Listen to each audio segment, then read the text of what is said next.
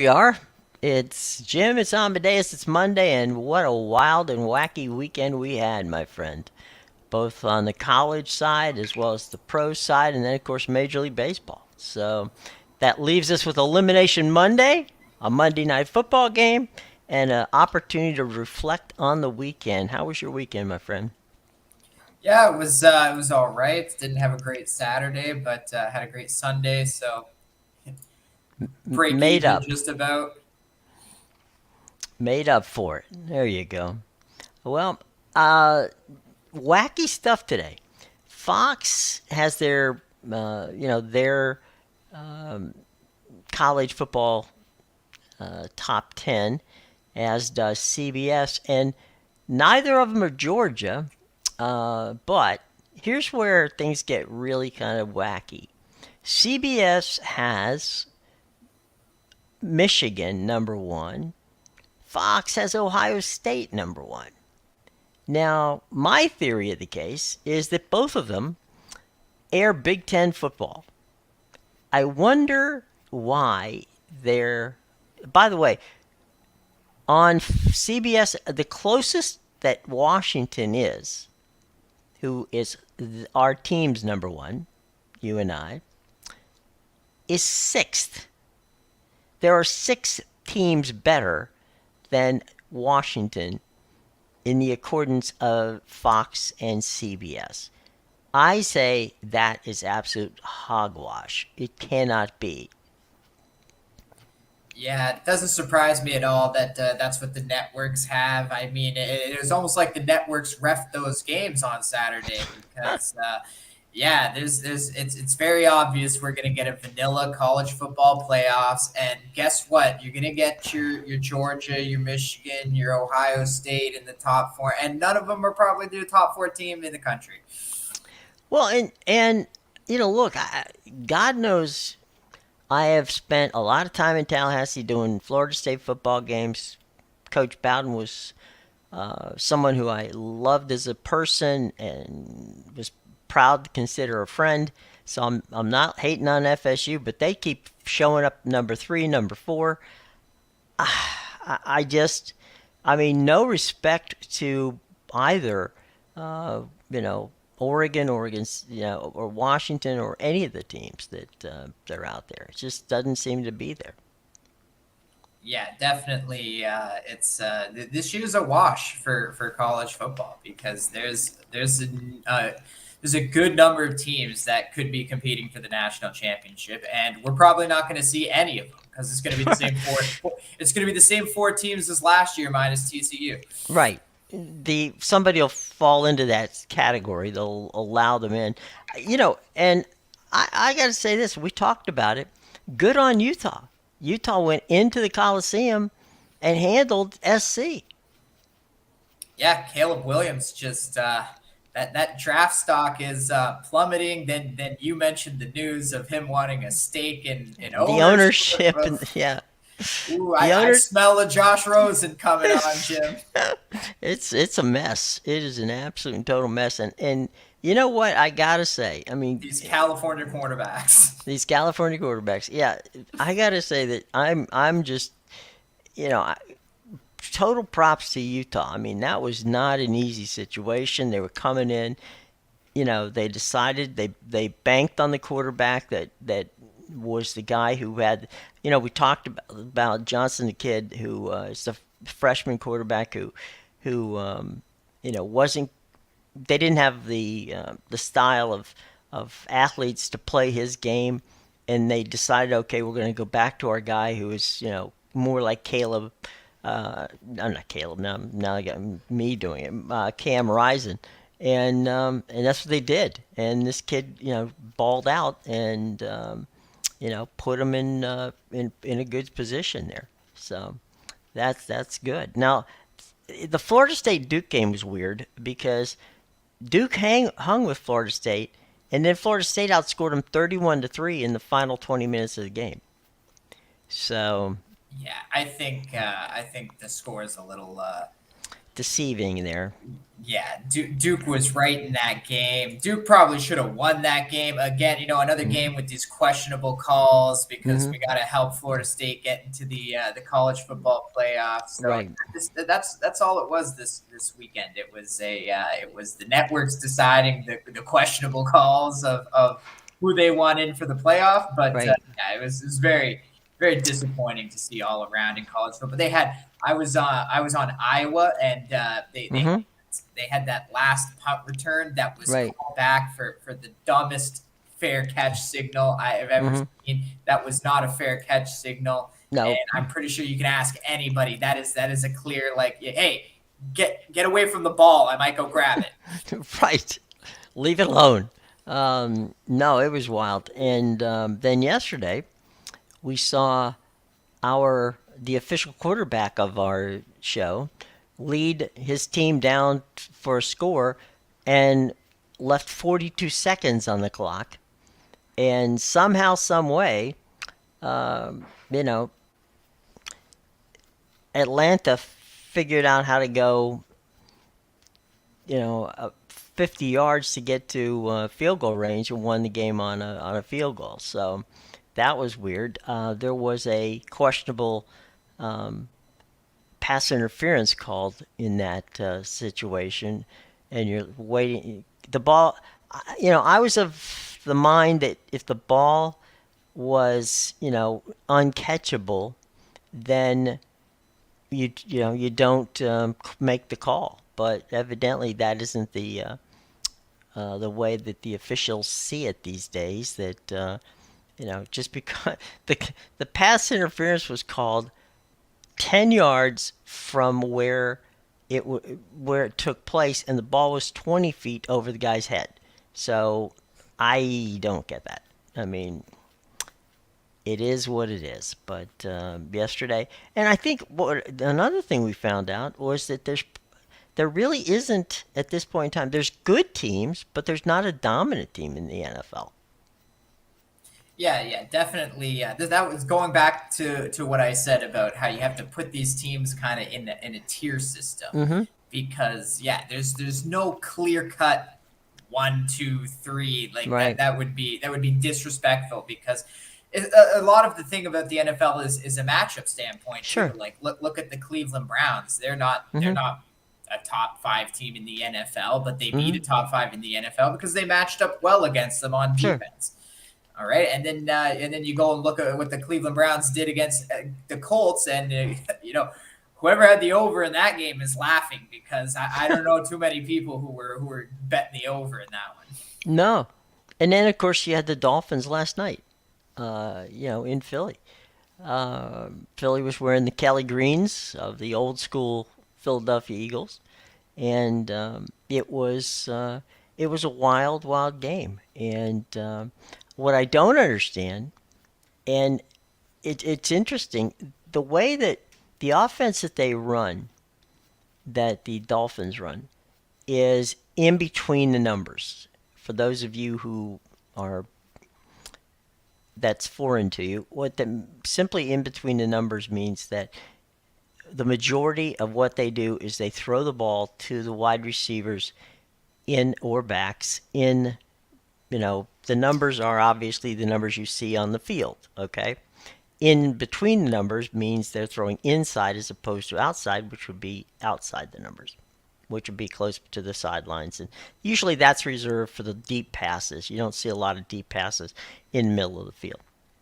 Anyway, the reason they do that is they want to get the athletes they have, which is the little track team that they like to have out there. If they can get the ball, to the guys in space, then a 5 yard pass can turn into a 45-yard run. So that's what they're trying to do. They literally stopped that in toward the end of the third quarter, and I don't know what the hell they were thinking, but that was interesting. Also, Vic Fangio, who is the D coordinator for Philadelphia, has been a coach in the NFL for 44 years. That's more time as a coach than the two guys who are the head coaches of the team have been alive.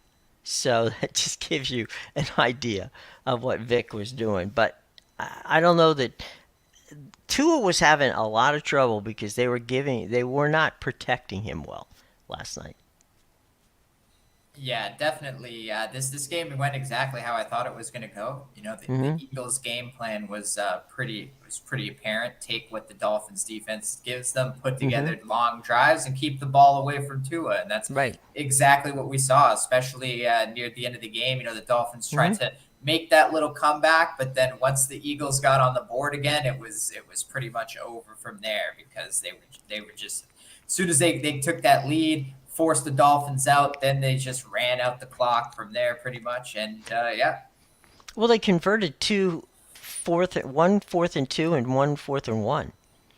The it's the first one tush was push, Jim. That's exactly what they did. And um, I was listening to the game on the radio, and Mike Golick was doing the color on it. And Mike obviously was a former professional front line, on the line. He was with the late Reggie White in Philadelphia. And he said, "Look, when you get into the scrum like that," he said, "you there's no way you can get low enough to stop that push from getting at least 1 yard." And he goes, "I could see where they might get two or three." He goes, "Because there's the key for a defensive lineman is to get lower than the offensive lineman, and if they're automatically in that smash type situation, you can't get low enough to stop it." So he said he says it's totally unstoppable. Yeah, pretty much. You really got to know what you're doing on the defensive side to be able to stop that because it's pretty much a rugby play. I was going to ask you because you played rugby. Yeah. How, I mean, from an opposing standpoint, how do you just can't push? I mean, you can push somebody. Well, I guess what I'm saying is, could you come up with a way to stop it? Is that, I mean, I don't see how you could. I mean, those are physical bodies, and you're gonna move somehow. I'm not gonna be able to stop you from moving. Yeah, see, part of the reason why it works so well is because of how Hmm. good the offensive line is for the Yeah, sure, Eagles. But at the that same helps. time, yeah, at the same time, I definitely think you can stop it because, as you said, it's all about leverage and really it's a play of mathematics. That's Hmm. all it really is. It's about taking the right angles, it's about getting the Hmm. right leverage on the other Right. person, and then yeah, it kind of causes the whole pile to push just from the way that the Eagles start the play. Hmm. But I think that is an important thing. If the defensive line can get underneath, that is the Hmm. key to stopping it. But Right. at the same time, you can set up to stop it on the defensive side of the ball. I just think the problem with doing that is you really have to sell out on the tush push, Hmm. and you could leave yourself vulnerable. Now, obviously, when the Eagles do it, they pretty much sell out on the fact that they're going to Right. do it. But I think if more teams were to sell out on the tush push and try to Hmm. stop it, you might see the Eagles line up in a different way where maybe they dangle a guy out on the outside and Hmm. it could really open you up to getting burned if you're going to sell out to stop that 1 yard push and then not leave someone covered on the outside or something. So I think there's a way to stop it, but Hmm. there's also a way to counter stopping it. Right. It's funny we talked about how the Steelers were going to have an advantage of home field at SoFi. And just prior to the game, I had read a Los Angeles Times post on Twitter where the LA Times beat writer for the Rams said that the ticket sales for the game was 68% of the tickets went to Steeler fans. So that the stadium was, they had terrible towels. They had the whole. It was an experience of the Steelers in SoFi Stadium. So the Rams were absolutely you know, they were absolutely not the home team in their own stadium. So there you go. We had talked about that one too. So anyway, and now tonight we have some fun stuff. The football game is a good one. the Niners, in Minnesota. But we also have a couple of baseball games. Which would you like to go first, the NFL or the baseball? Yeah, well, I guess let's keep it on NFL since that's what we've been talking about. We'll Okay. talk about this 49ers Vikings game tonight. Yeah. Yeah, this big bounce back spot really for the 49ers here. They're obviously they're going to be pissed off from that Mhm. loss to Cleveland. Mhm. The Vikings, I don't know. They didn't look great against the Bears last week, Right. and Kirk Cousins does have that lovely stat where he's 2-10 on Monday nights. So uh, definitely hasn't performed on the Monday night in the past, but this is an interesting matchup to me just because I think the 49ers match up very well on offense against the Vikings. Christian McCaffrey is supposed to play in this game, so that's going to Mhm. help out because the 49ers are going to be able to run the ball. And really, the way to attack the Vikings is the passing defense. And with McCaffrey in the game, I think that they're going to be able to find ways to run the ball the way Shanahan schemes, and that's going Mhm. to only open up the passing game on this terrible passing defense for the Vikings. That's giving Yeah. them close to 8 yards per attempt. Well, you talked about matchups, and there's not a area where the 49ers do not match up better than the Vikings. I mean, that's problem for Minnesota. But I do think that tonight it's going to be a long evening for the Vikings because one of the good things is that if McCaffrey's back, they'll probably limit. They're probably not going to use him as much as normal, but they'll use him enough to get by. And I think that they're just going to play the 49ers game, which is, make the game shorter by running the ball, controlling the ball, keeping the ball, and then once their defense is on the field, they're going to give Kirk Cousins all the grief that he can handle, and probably more. So I don't think this is a trap game. I don't think this is a game that the 49ers are going to lose. I think they know that, as you said, they're pissed off from last week when they lost a game they didn't think they should have, and they're not going to let it happen again.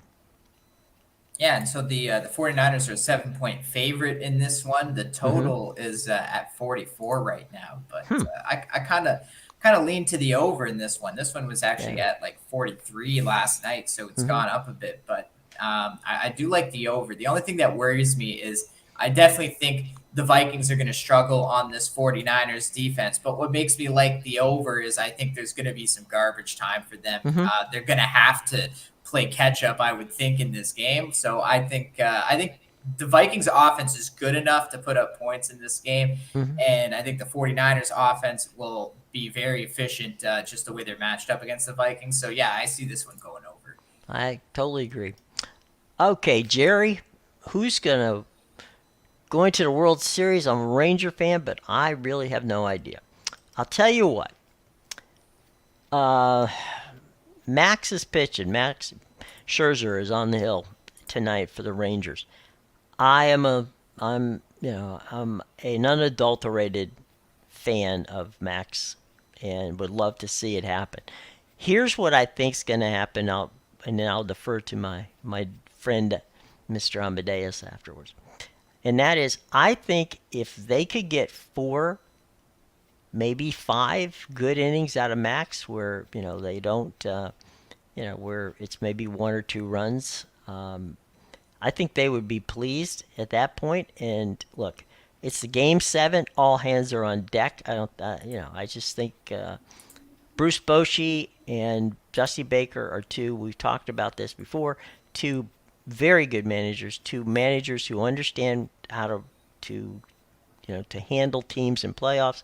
So I'm thinking Bruce and Max are hoping, get me four. If you can get me five, that's great. But get me through those first few innings, and then they're just gonna play matchup bullpen the rest of the way out because again, there's no sense saving anybody because you're just saving them for next season. So I do think that I'll say this: if Max can give the Rangers 4+ innings, hell, 3+ innings.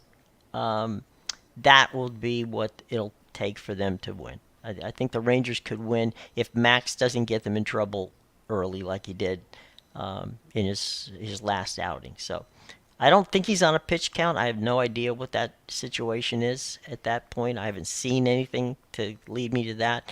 But I'm going to say if he can give him 3+ innings of good pitching, vintage Max, if he can go there, then I think the Rangers can come out and win this game. If, on the other hand, Max can only give him a one or two innings, that's going to be you can't get down to this Houston team and expect to bounce back easily. So anyway, that's my theory of the case. If Max goes 3+, I think the Texans will win. If he doesn't, well then it's going to be Houston. Yeah, And I like Philadelphia on the other side, but we haven't got to that one yet. But go ahead. Yeah, I think we're gonna see I think we're gonna see your favorite, Jim. No home teams winning here, Right. and I'm with you on the Scherzer thing. I think that it's gonna be all hands on deck tonight, and I think that's probably why he's starting here because Right. there's gonna be a good chance that he doesn't go deep into this game, especially if we see what happened to him last time, where he breezes through the first inning and starts to have some trouble in the second inning. I wouldn't even, 4 or 5 innings is a stretch. I think the Rangers can still win, even if he pitches only like 2 or 3, because I think they're going to be very quick to pull the trigger on him. The hook, yeah. Yeah, if he's like loading 2 guys, no outs in the second inning or something like that, I think they'll pull him. And as you said, it's going to be all hands on deck. They got a almost a full bullpen pretty much to work with for this game. And yeah, frankly, I like what I've seen from the Rangers, and they're obviously going to have a bit of momentum back from the 9-2 win in the last game. So yep, and it'll be fun to see. Look, Bochy and pitchers are that's his stock in trade. So I think that, and look, I think Max is going to be geeked out, and I think that whatever he's going to give, he's going to give you 100%. And of what I don't know if he's giving 100%. Now, if he's not 100% back from his injury, that's pretty clear. So, but if Max can give you 3 vintage innings of Max Scherzer, then you got a shot. I remember 2019 when the Nationals won the World Series. The 7th game, which was in Houston, was started off with they had Patrick Corbin, and then it sounds like a jet is flying over. There you go. yeah, that motorcycle actually. It wasn't? Okay. Scherzer pitched the middle innings of that game. So he pitched, basically 4, 5, and 6 in that game. So it was wild. So I think Max understands it, what he's got to do. He is a hell of a competitor. As I said, I'm a big fan of Max's abilities, so I'm hoping that he can get you the number of innings they need. But Bochy, as Amedeus said, it's going to be a short hook. I mean, he's not going to be talked out of taking pitchers out of the game. That's not Bruce's MO. He goes actually in the opposite direction. He's very good when he comes out to take the ball. I haven't seen a pitcher who has not just handed him the ball and say, "Here, Skipper, whatever you want." So Bochy and Baker tonight, the fabulous Baker boys there. It's going to be fun, and it should be fun to watch. Now we got Philadelphia, and there's a great bit on social media I saw today on Instagram, which there was a poster of Bryce Harper, and behind him, the caption behind him read, "3 hours of hell, welcome to the bank." And so I think we know just what's going to happen in Philly today at 5 o'clock is all hell's going to break loose on, at the end of the street down there. It's going to be a fun night down at the bank. The Eagles won last night across the street. Now on the other side of the street, it'll be be fun to see what goes on at the bank. But it that fan base, it's like I said, they're gonna make it loud and they're gonna make it tough. So we'll see. But I do like Philadelphia tonight. Yeah, I don't even think we really need to talk about that series. The Diamondbacks really needed to win that fifth game at home Yeah, to have a chance here. This is yeah, this is over, and how convenient that this game that the Phillies can close out the series at home on the same night that the other series is in Game 7. And as you said, Jim, the networks are fine with Texas or Houston in it, right. all right, but we can't have the Diamondbacks in there. So I think we know it's going to be a pretty straightforward night tonight. I think we know what's happening. The umpires have got their marching orders. Got that postage stamp sized Right, strike strike zone. zone. It's like, okay, here we go. So, yeah, it's gonna be fun, and yeah, the the bank will be the bank will definitely be hopping tonight on Broad Street. So, for those of you heading to Philly to watch the game tonight, uh, check out the cheesesteaks and get ready for some fun on Broad Street because it's going to be an enjoyable game. I hope that Philly fans realize that winning the National League championship does not constitute the World Series yet. So no horseplay out there tonight in the neighborhoods, boys. Just enjoy yourself and you know wait till you win the World Series to celebrate because a little premature celebration there is not going to help you. So there you go. Public service announcement to Philadelphia Phillies fans. Yeah, So enjoy your cheesesteaks unless you're Diamondbacks fans. I remember there was that story last year where the Houston Astros tried to get catering done and the restaurant refused to serve them because they were the Houston Astros. So, Diamondbacks, pack your lunches from Arizona. You're not eating tonight. or just don't tell them eat at the hotel. But Philly fans are tough. There's they definitely they're definitely getting psyched out. So there you go. And by the way, later this week marks the starting of the of the NBA regular season. So keep a lookout, put a pin in that. Starts tomorrow night and then on Thursday. So something to keep an eye on Oh, as yeah. we get ready down the line. So what was the weekend in soccer was pretty exciting. Yeah, so we had the big game you mentioned about Man City Brighton, so that Right. that lived up to expectations. I mean, kind of. Man Depends on your City. expectations. Yeah, that's what I mean, right, man? Like it went the way I thought it was going to go. Man City took a quick 2-0 lead in the first 30 minutes and then kind of just sat on it until Brighton scored a late goal to try and mount the comeback, but still lose 2-1. The Chelsea match, the Chelsea Arsenal one, that one was actually at 12:30, so you could have watched both, and that was a really good one as well.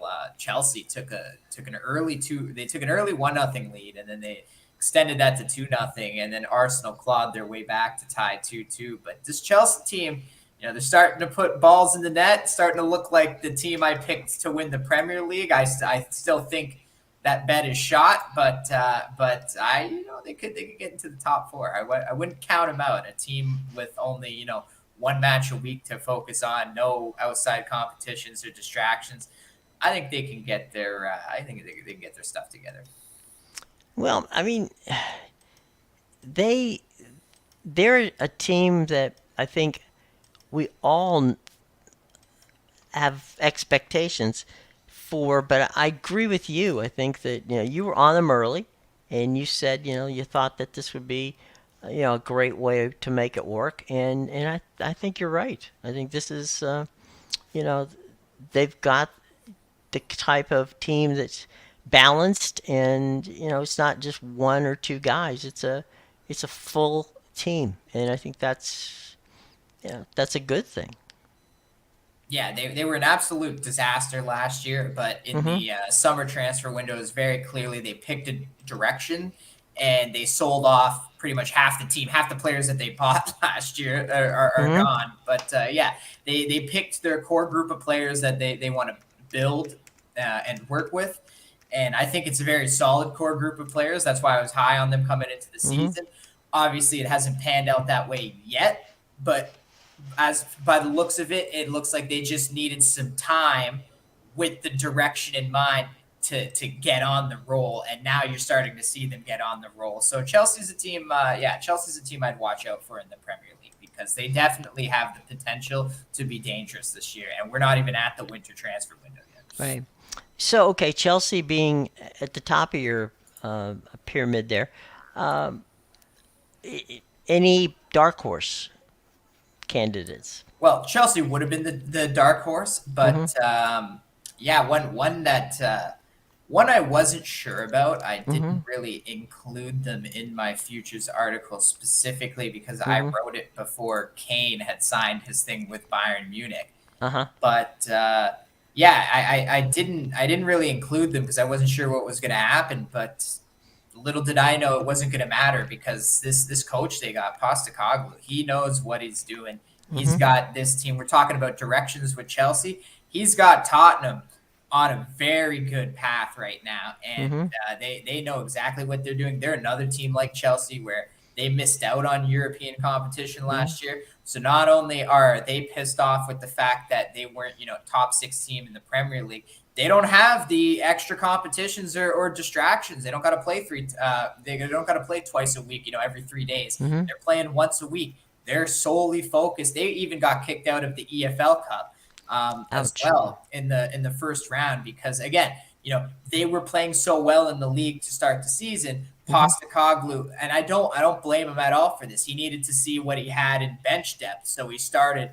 He changed 9 of the 11 starters from Mm-hmm. the weekend in that match, and they ended up losing to I think it was Fulham. They tied 1-1 and lost in the penalties. But I say that's better for them because now they're focused. They're at if they win today, actually they play at 3 o'clock, and if they win today, they have a two Mm-hmm. point lead at the top of the table over Wow. Arsenal and Man City. So this is what I mean. This is Tottenham's a very dangerous team this year, and I Mm-hmm. think they're another one. The fact that the fact that they play once a week, they definitely have Mm-hmm. a chance to win the title this year. I think they're going to be a very dangerous team. So, what about we saw Brighton in that game against Chelsea? They were kind of one of our favorites last year, not to win anything, but to just be a very improved, very talented team and give everybody grief. But much was said that in the offseason they were going to lose some of their key players and probably not be as competitive. Do you see that's happening, or do you see Brighton, sticking in the middle of the pack like they did last year? No, I definitely see.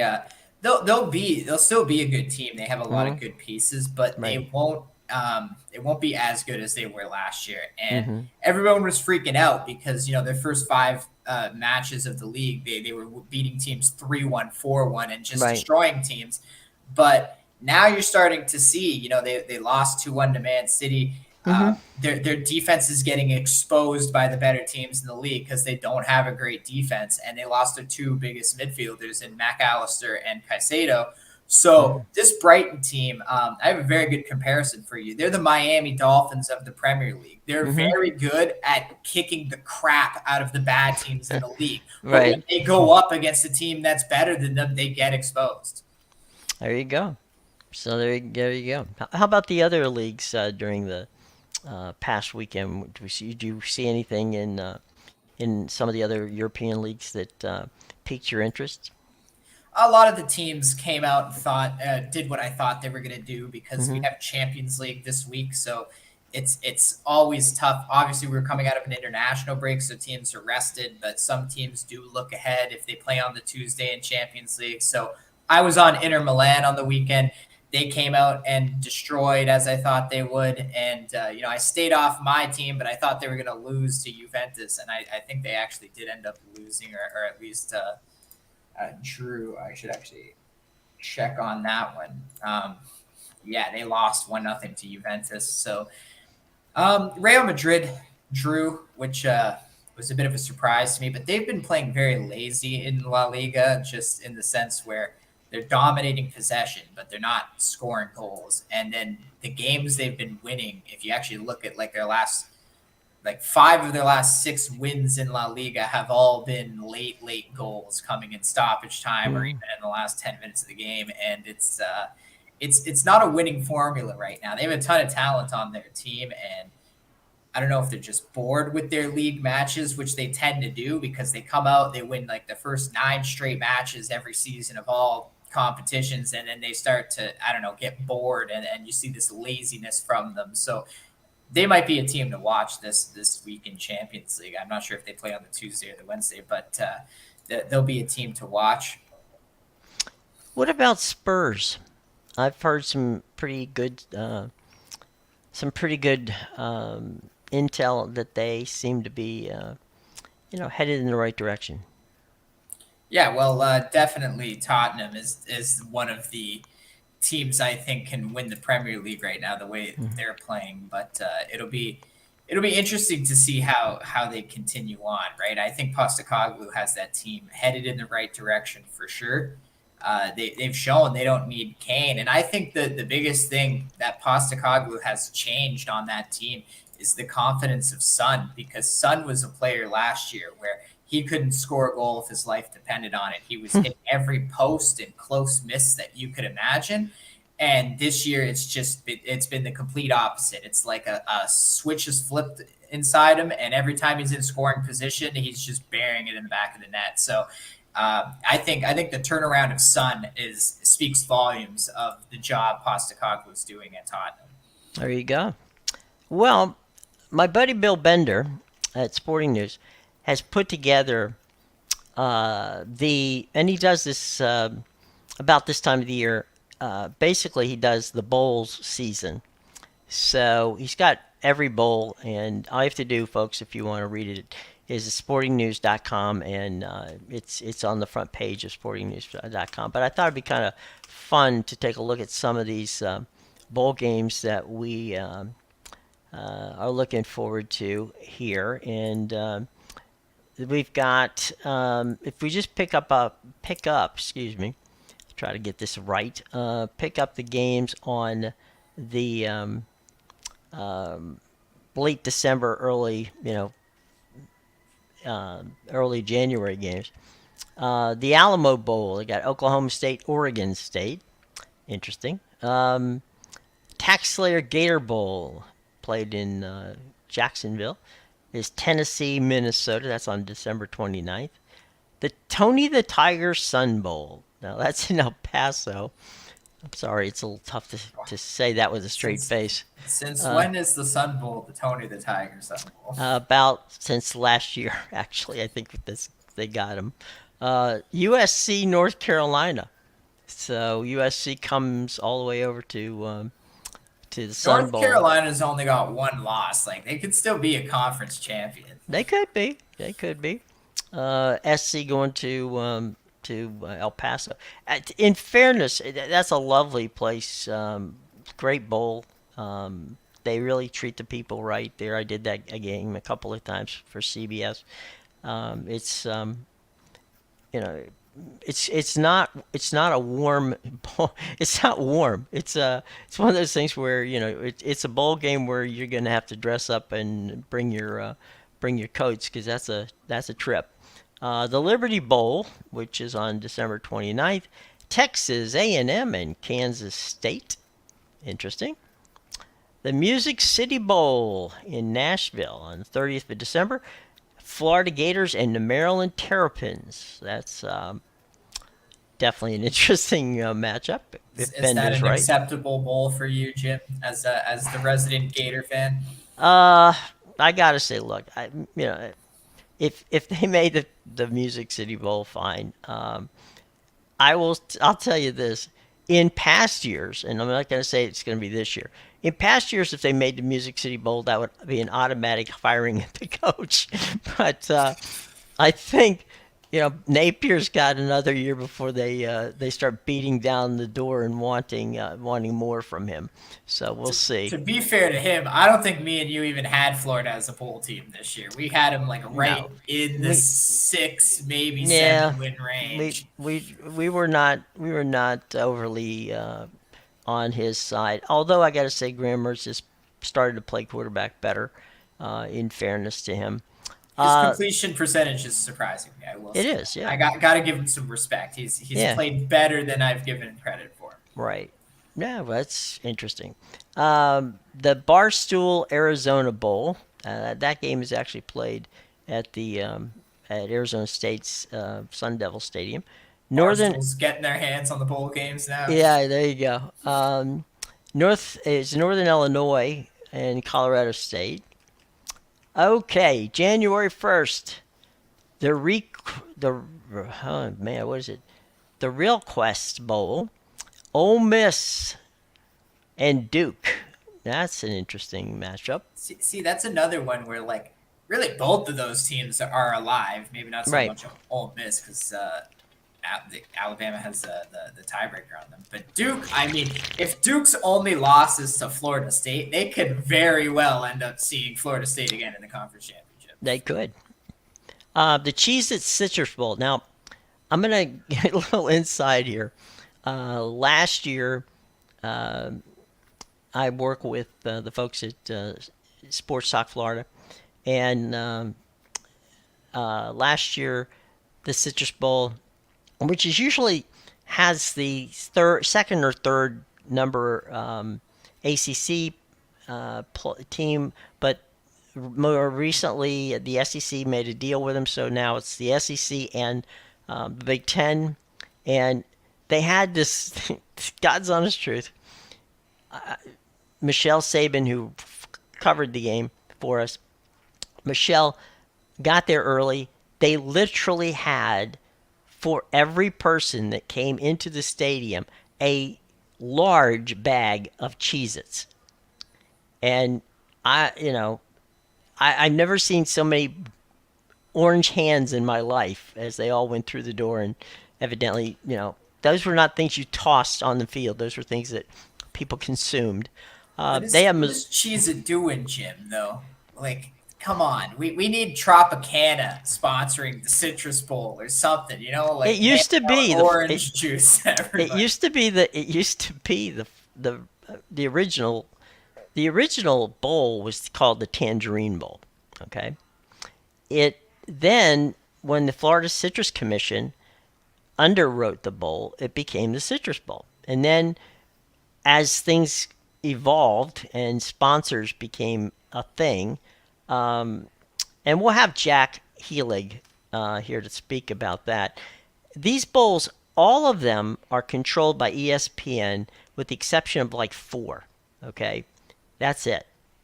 Everything else. So what happens is they go out. ESPN goes out and finds a sponsor for the bowls, and evidently in this case, the folks at Cheez It decided that the Citrus Bowl was where they would go. I'm not sure that Cheez Its and orange juice go well together, but hey, who am I to say? Same color, I guess. I guess. Uh, this is a bowl, the Citrus Bowl, as I said. You also had an SEC component. It was like the number two SEC team. The number one SEC team got to go to the Sugar Bowl. The number two went to the Citrus Bowl. And when Spurrier was there and in his heyday at Florida, and Phil Fulmer was at Tennessee, he used to jokingly say at media day that he knew that Tennessee fans would have the opportunity to book passage to Orlando for the Citrus Bowl because you can't spell citrus without U and T involved in it. So that was his little dig at Tennessee. So it's Wisconsin and Missouri. I can guarantee you that there won't be a lot of people. Well, there'll be a lot of people from Wisconsin probably there, but not so much from Missouri. Okay, What? That's another one. The disrespect. yeah, Missouri is what 7-1 now. They they could beat Georgia, they could. and go to the SEC champion. Just imagine that. Missouri over Georgia in the SEC champion. Okay, then Yeah, shove Georgia in the Citrus Bowl and see where we're at. that would make it very interesting. Okay, now here's the projected Billy's projected New Year's Six team. So these are the games which are not the ones that would be the championship group, but they would be the right outside of the championship group. And so we got the Cotton Bowl, which of course is played at Jerry's World in December 29th. That game will be Oklahoma, Alabama. Now, I don't believe Alabama deserves that bowl, but it's quite possible they'll get it anyway. And Oklahoma, Alabama, in past years would be a really cool thing. This year, I think is kind of a disrespect to Oklahoma. But so anyway, Oklahoma, Alabama, two of the blue bloods of college football would get together. That probably would nail down a good audience. The Peach Bowl in Atlanta on the 30th of December. LSU and Ohio State. So they don't have Ohio State. Billy doesn't have Ohio State in the in the Final Four. So there's an interesting thing. Smart man. There you go. The Capital One Orange Bowl down in Miami has Penn State, and here's a surprise. Okay, Louisville. That's a definitely interesting one. Yeah. Okay, now here's where we get to the Bills putting an interesting spin on this one. We know that there's a group of 5 team, okay, not the Power 5 conference, but the group of 5 conference. Their top team gets a bowl game, and this year it's the Fiesta Bowl, okay?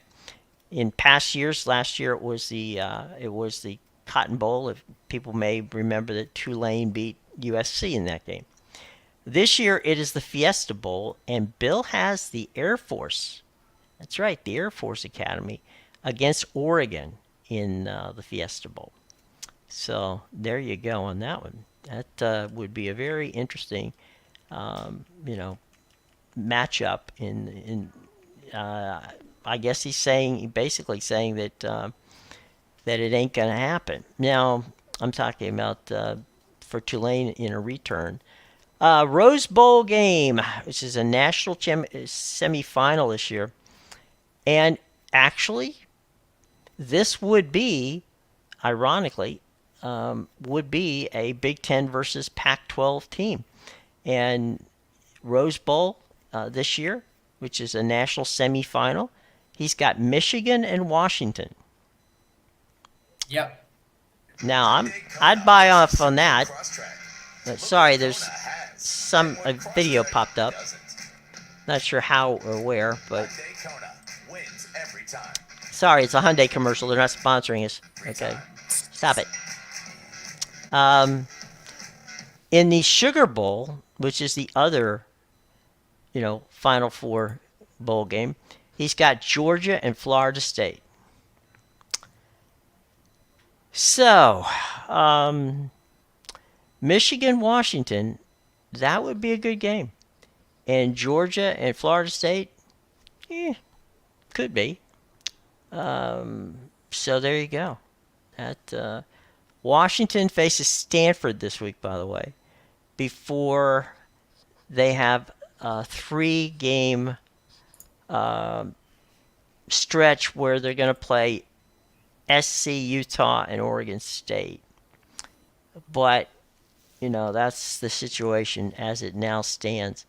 Michigan really doesn't have too much of a tough schedule other than the game, of course, with Ohio State. I believe, if I'm not mistaken, that Michigan will only play maybe 2 ranked teams when all is said and done. When the season is over, they will have played 2 ranked teams. So, factor that in as you will. But yeah, I would think Michigan and Ohio State would be an interesting. I'm sorry, Michigan and Washington would be an interesting pairing in a final. Georgia, Florida State. I'm given what we just were talking about, that's probably the iffiest of those of the finals. He's got Georgia, Michigan in the championship game. Yeah. I'm I don't not know so about sure that. about that, but okay. Georgia has a bye week this week. Then they play Florida in. You know, we'll see how that goes. Florida State needs to avoid the upset bug. They play Pitt this week. Then they basically don't have a tough game until the championship game at this point. So there they go. So little, way ahead of time, but it's always kind of fun just to look at it and see what goes on. But yeah, I think they don't. There's not a lot of. I mean, uh, of that group, I honestly think that another loss or a loss, I should say. Um, I think that if somewhere along the way Washington were to stub their toe or lose in the Pac-12 championship game, I can easily see them screwing them out of an opportunity to be in the Final Four. Yeah, it'll just be Because you got to watch. a one loss. I mean, what do you think? Okay, Michigan and Ohio State go into that game, and let's just say for the sake of argument, Michigan. Let's say Michigan loses it to Ohio State, or Ohio State loses to Michigan. Okay, but it's a close game. Then in the championship game, the Pac-12 championship game, let's say it's a rematch of Oregon and Washington, and Oregon wins this time. I can see them just saying, okay, well, we'll take Ohio State and Michigan, and Washington's the odd team. Washington or Oregon's the odd team out. That's Yeah, assuming. That's assuming that Florida State, makes its way through the ACC, and Georgia makes its way through the SEC. yeah, I think they'll be looking for any excuse they can to keep Ohio State, Michigan, Georgia, all those in there. Any excuse they can get to take another team out. Oh, you both have one loss. We'll take Ohio State. Right. Especially if it's a close game. If it's a close game, they'll figure out a way to give the shaft to the teams. I just don't have any real respect that they're going to give the gang an opportunity with that. I wish I could say yes, but history has proven to me that that's not really the case. They don't buy in. So we'll have to see how that plays out. But right now, I think that they've and if you go ratings wise, okay, every year the top rated college football game in the U.S. is Ohio State, Michigan, okay, consistently. Georgia with the SEC has a good rating. Florida State, like them, hate them, whatever, they always seem to rate out. The problem with why was Washington and Oregon have a problem is only 22% of the country lives west of in what we call the Mountain West, which is Denver and Utah and that area out there.